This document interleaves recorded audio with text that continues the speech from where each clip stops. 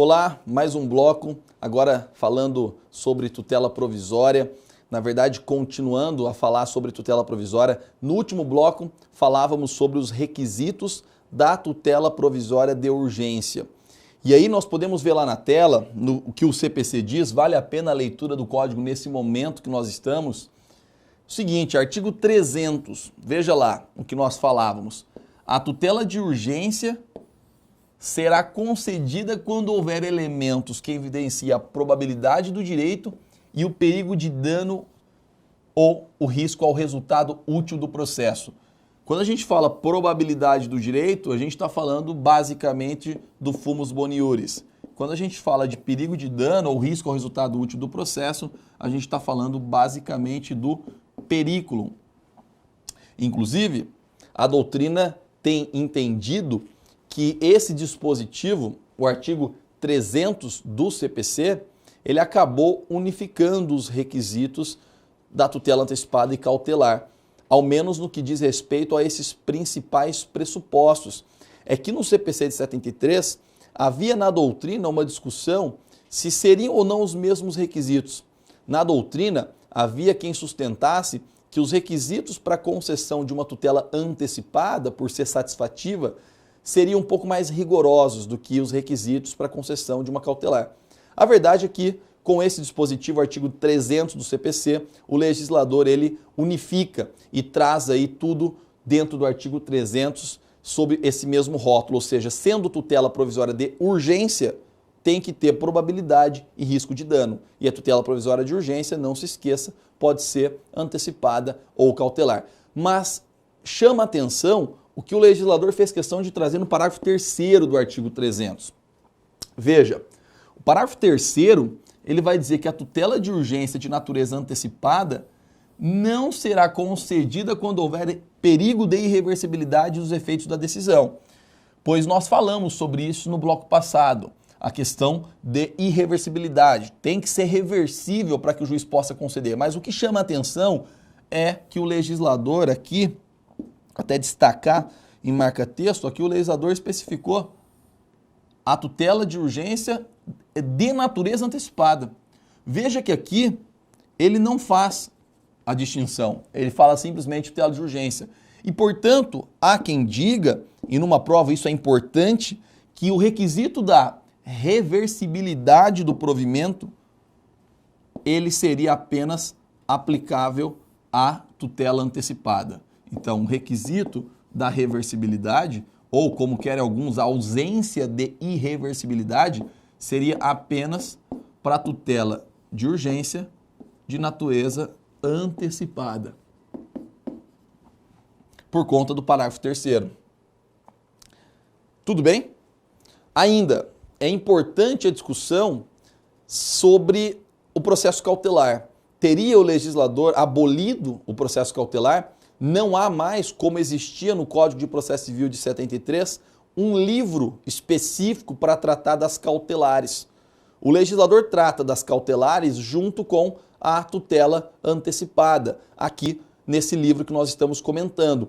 E aí nós precisamos saber o seguinte, o que houve com as cautelares? Havia todo um livro para tratar delas e agora o legislador trata em poucos dispositivos. E esse dispositivo precisa ser conhecido porque ele é emblemático. O artigo 301 diz: a tutela de urgência de natureza cautelar, vejam, pode ser efetivada mediante arresto, sequestro, arrolamento de bens, registro de protesto contra alienação de bem e qualquer outra medida idônea para a asseguração do direito. Chamo a atenção dessa expressão, qualquer outra medida idônea para a asseguração do direito. Isso é o que a doutrina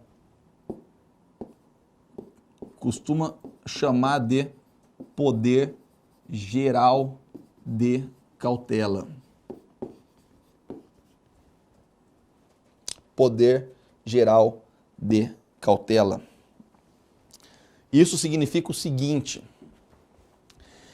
embora o legislador não traga mais de maneira detalhada cada uma das cautelares típicas que nós tínhamos das cautelares nominadas, ele traz uma cláusula aberta, uma cláusula geral, que permite a concessão de cautelares mesmo atípicas ou inominadas. Ou seja, mesmo que você não esteja diante de um caso clássico, como era o arresto, o bloqueio de bens, ou outra cautelar que nós conhecíamos no CPC de 73, o legislador permite que o juiz, verificando que estão presentes os requisitos, acima de tudo, que há risco ao resultado útil de um processo, ele possa conceder cautelar, independentemente do nome. É o que nós chamamos de cautelar inominada ou cautelar atípica. E isso é conhecido também como poder geral de cautela que o juiz tem. Diante de uma situação que há necessidade de acautelamento, mesmo que não seja devidamente regulamentado, devidamente destrinchado o procedimento, o juiz pode conceder uma medida cautelar atípica. Tudo bem? Não se esqueça disso. Volta e meia também se cobra no concurso público o que vem a ser o poder geral de cautela. E ao que tudo indica, o CPC de 2015, ele mantém esse poder geral de cautela com mais razão ainda que já existia, diga-se de passagem, no CPC de 1973. Agora, a parte mais polêmica, mais emblemática do estudo da tutela provisória, que tem causado alvoroço na doutrina, é a chamada estabilização da tutela antecipada. E você precisa, dentro das limitações que nós temos aqui, de tempo, apenas, ao menos, saber o que é a estabilização. Então a ideia é que você entenda quando que a estabilização acontece, para que consiga resolver um problema relacionado a esse assunto. Veja, muito cuidado. Olha o que o artigo 3 diz. 303 diz. O artigo 303, ele vai falar o seguinte: nos casos em que a urgência for contemporânea à propositura da ação, a petição inicial pode limitar-se ao requerimento da tutela antecipada e à indicação do pedido de tutela final, com a exposição da lide, do direito que se busca realizar e do perigo de dano ou do risco ao resultado útil do processo. Detalhe, isso é o que nós estudamos no bloco passado, que é aquela novidade da possibilidade de tutela antecipada, satisfativa, antecedente. Ou seja, uma petição, um esboço que se limita a pedir a tutela antecipada e depois traz o restante. Lembre daquele exemplo da ação civil pública, do promotor que precisa impedir que uma empresa jogue resíduo no meio ambiente, não tem tempo, vai jogar resíduo naquele dia, enfim. Esse é o exemplo. O que o dispositivo faz é simplesmente possibilitar, assim como acontecia nas cautelares, possibilitar uma tutela antecipada também antecedente. Até aqui, nada de estabilização. Perceba? É o que nós estudamos na aula passada. A grande questão vem agora no 304, mas o 304 não dá para ser lido sem conhecer a fundo o 303. Por que não dá? Porque o 304, ele vai falar o seguinte: a tutela antecipada, veja essa expressão, concedida nos termos do artigo 303. Ou seja, nós só podemos falar de estabilização, nós só vamos pensar no artigo 304 se for o caso do 303. O que é o 303? Insisto, o autor, diante de uma urgência extrema, se valeu daquela petiçãozinha resumida, se limitando a pedir tutela antecipada. Diz o 304, a tutela antecipada, concedida nos termos do 303, torna-se estável se da decisão que a conceder não for interposto o respectivo recurso. Se tiver que decorar um artigo sobre tutela provisória, decore esse, artigo 304. Para entender melhor, veja, apenas nessa situação, o autor está diante de uma situação extrema de urgência, não pode esperar nem o tempo de confeccionar uma petição inicial. Exemplo, se o autor não fizer uma cirurgia daqui 2 horas, ele pode morrer. Não dá tempo de fazer uma petição inicial, falando do direito à saúde, uma petição inicial completa de 10, 12 laudas. O que o autor pode fazer agora com o CPC de 2015? Em uma ou duas laudas, ele faz só o pedido de tutela antecipada, de liminar. Junta um documento, um receituário médico, enfim, e diz que precisa. O juiz concedendo essa liminar, perceba, concedendo a tutela antecipada, mandando o Estado, por exemplo, já fazer a cirurgia, ele vai ter que, num determinado momento, completar a petição inicial. Essa é a ideia. Não deu tempo de trazer tudo, a lei permitiu que ele trouxesse apenas uma pequena parte e depois, no segundo momento, ele teria que trazer todo o restante da petição inicial, a complementação da sua causa de pedir, etc. Mas o que a lei faz questão de falar? Ela dá um passo adiante em termos de inovação e diz o seguinte: se por acaso o autor se valeu dessa hipótese de tutela antecipada antecedente, leia-se, petição inicial resumida, esboço, e, uma vez concedida, o réu não recorreu, leia-se aqui, não agravou, a tutela antecipada se estabiliza. Veja, é preciso que aconteça, é preciso que ocorra tudo isso. O autor ter se valido de uma tutela antecipada antecedente, petição inicial resumida, o juiz ter concedido a tutela antecipada e o réu não ter interposto o respectivo recurso. Embora a doutrina divirja sobre isso, no geral, a gente pode dizer que o réu precisa agravar, que você vai estudar mais para frente qual o recurso cabível para esse tipo de pronunciamento. Será o agravo de instrumento, como você vai ver. Fato é, se o réu não agravou, o legislador passou a permitir o seguinte: nós podemos colocar fim ao processo, o autor já conseguiu o que ele queria, já fez a cirurgia, não tem mais interesse na continuidade do processo. O réu sequer recorreu e evidenciou que também não quer o processo mais, até porque ele já cumpriu a ordem. Para o Estado também não é mais interessante que haja um processo, mais um processo.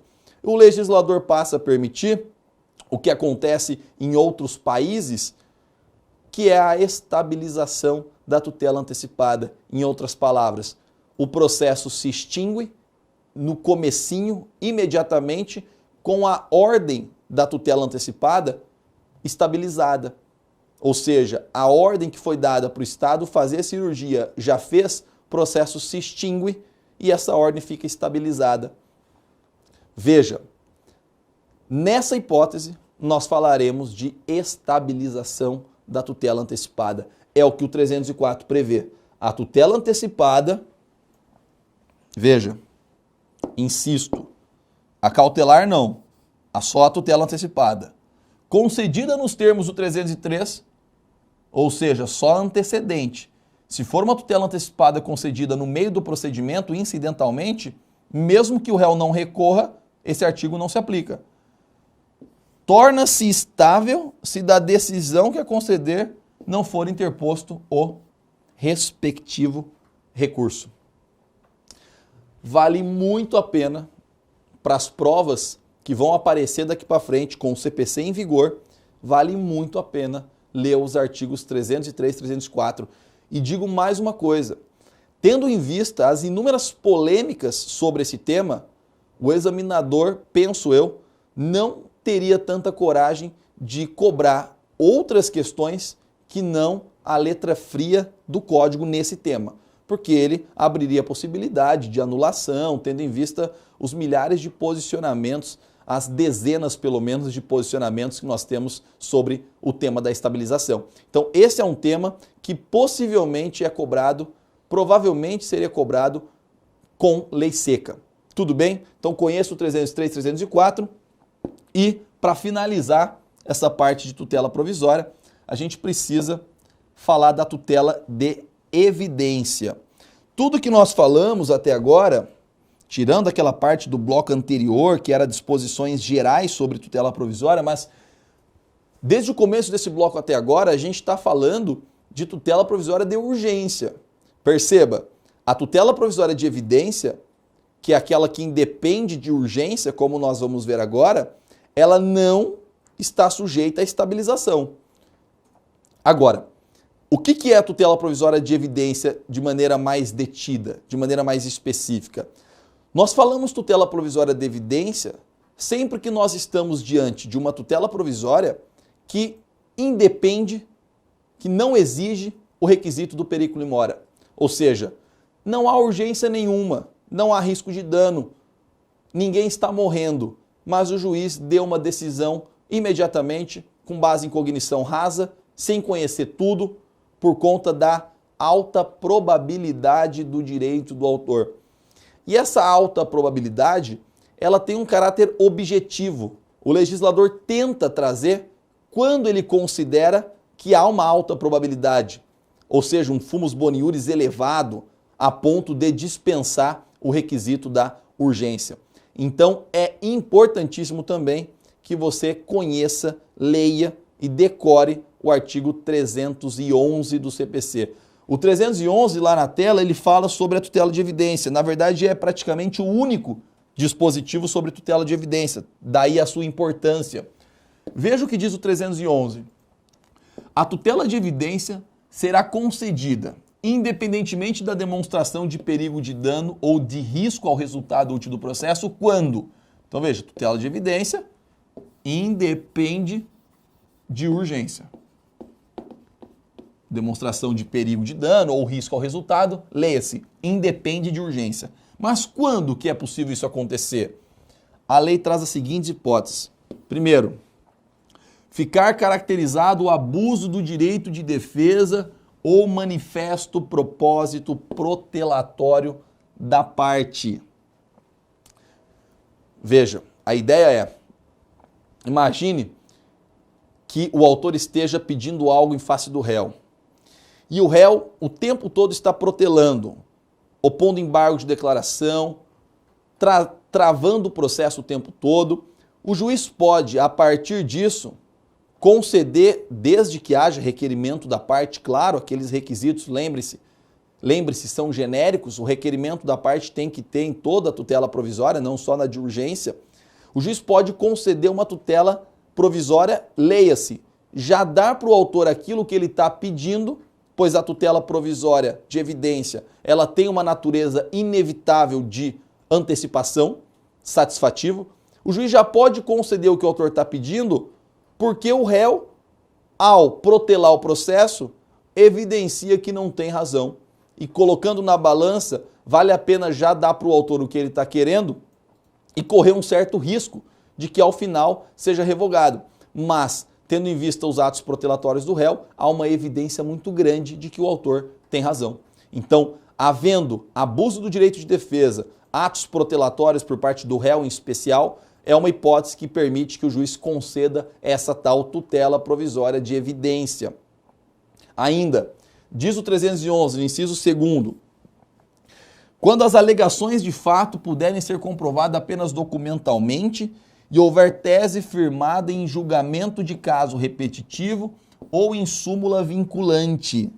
Em geral, embora isso seja um pouco discutido, a gente pode, para fins didáticos, falar o seguinte: quando há precedente obrigatório, esse tema será estudado mais à frente, mas eu quero que você entenda desde já o seguinte: se o autor está pedindo algo em face do réu, e isso que ele está pedindo está amparado num precedente obrigatório, e aí você vai estudar quais são os precedentes obrigatórios, exemplo, súmula vinculante, julgamento do STJ em recurso especial repetitivo, julgamento do Supremo em recurso extraordinário repetitivo, enfim, a lei elenca quais são os precedentes que ela considera vinculantes.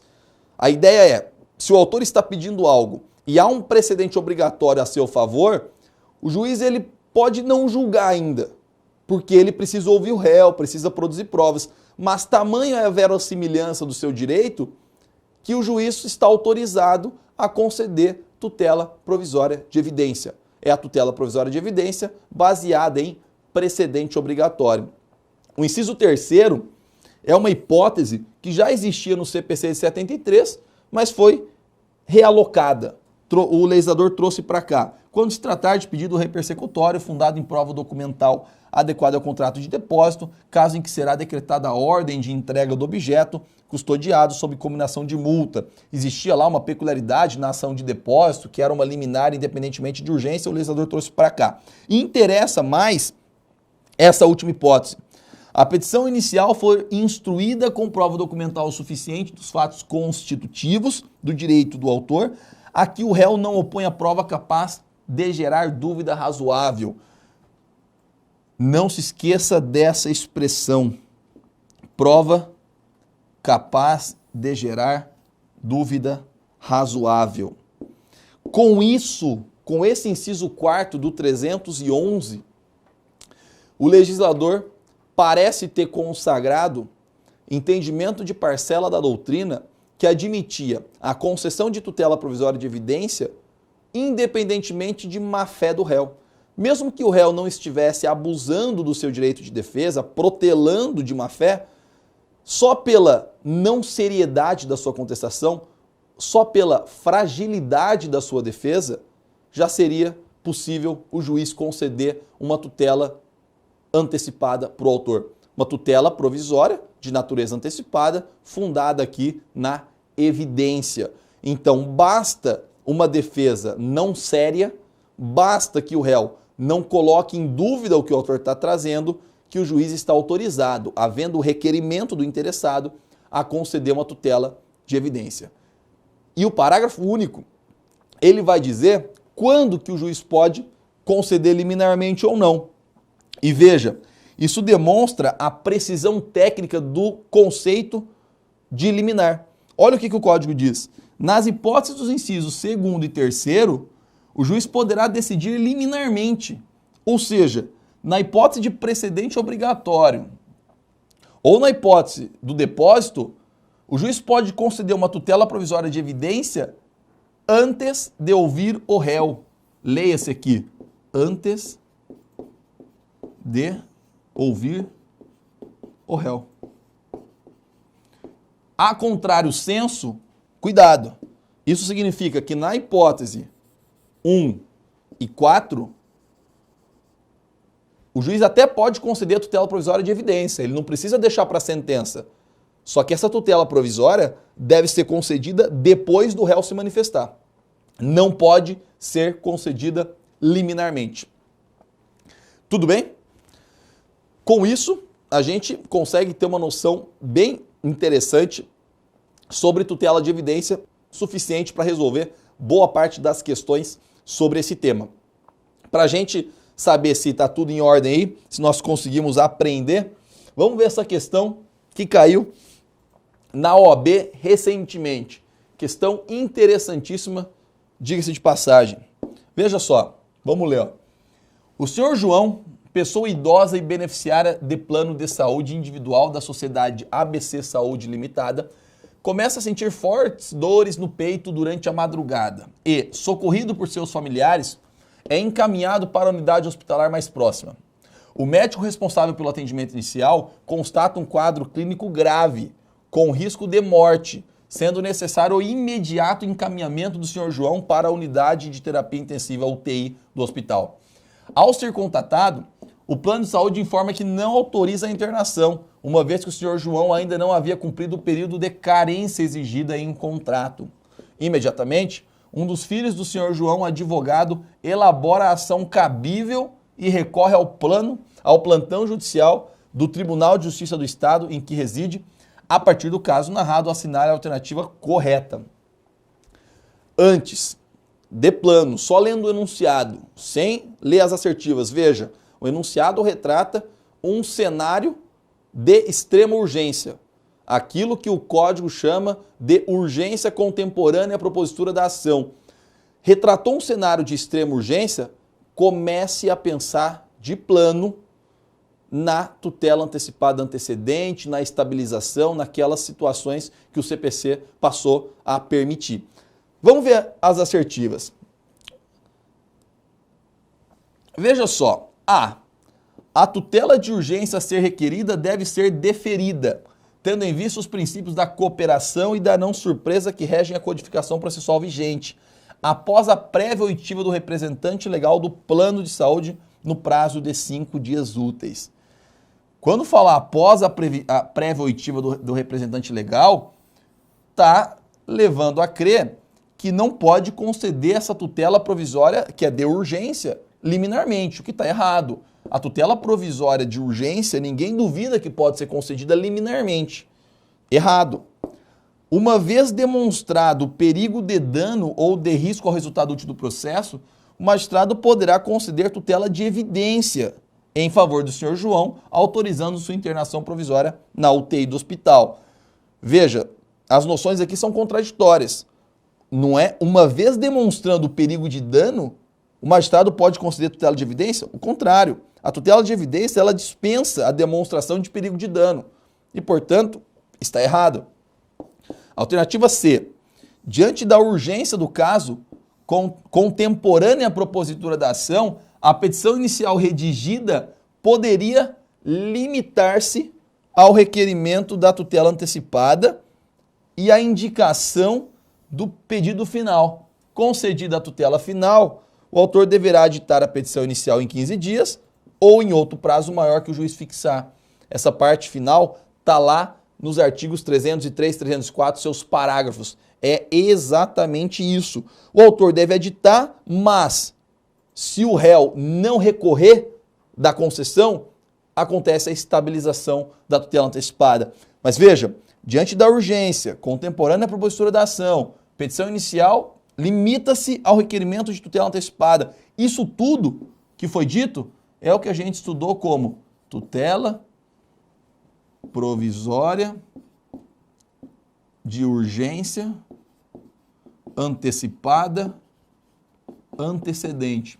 Para deixar o nome bem completo, bem técnico, tutela provisória de urgência antecipada antecedente, ou simplesmente tutela antecipada antecedente. Vamos ver a D. Concedida a tutela provisória requerida em favor do senhor João, ela conserva sua eficácia na pendência do processo, apenas podendo vir a ser revogada ou modificada com a prolação da sentença definitiva de mérito. Essa parte já está errada. Apenas pode ser revogada com a prolação da sentença definitiva de mérito? Não. Ao longo do procedimento, se o juiz verificar que os requisitos não estão mais presentes, que não é mais verossímil, ele pode revogar a qualquer momento, diz o Código, e não apenas com a prolação da sentença de mérito. Está errado. Então, também, veja, questão que caiu no exame da OAB agora de 2017, alternativa C, conseguiríamos responder tranquilamente. Bom, essas eram as principais considerações sobre tutela provisória. Os dois blocos, eles dão aí um manancial bem interessante para a gente poder, um repertório bem interessante para a gente poder resolver boa parte das questões sobre tutela provisória. Mas, claro, vale a pena, além disso, dar uma lidinha lá no Código de Processo Civil, artigos 294 e seguintes até o 311, não são tantos artigos assim, 294 a 311, toda a parte de tutela provisória que pode cair na prova. Beleza? Até o próximo bloco.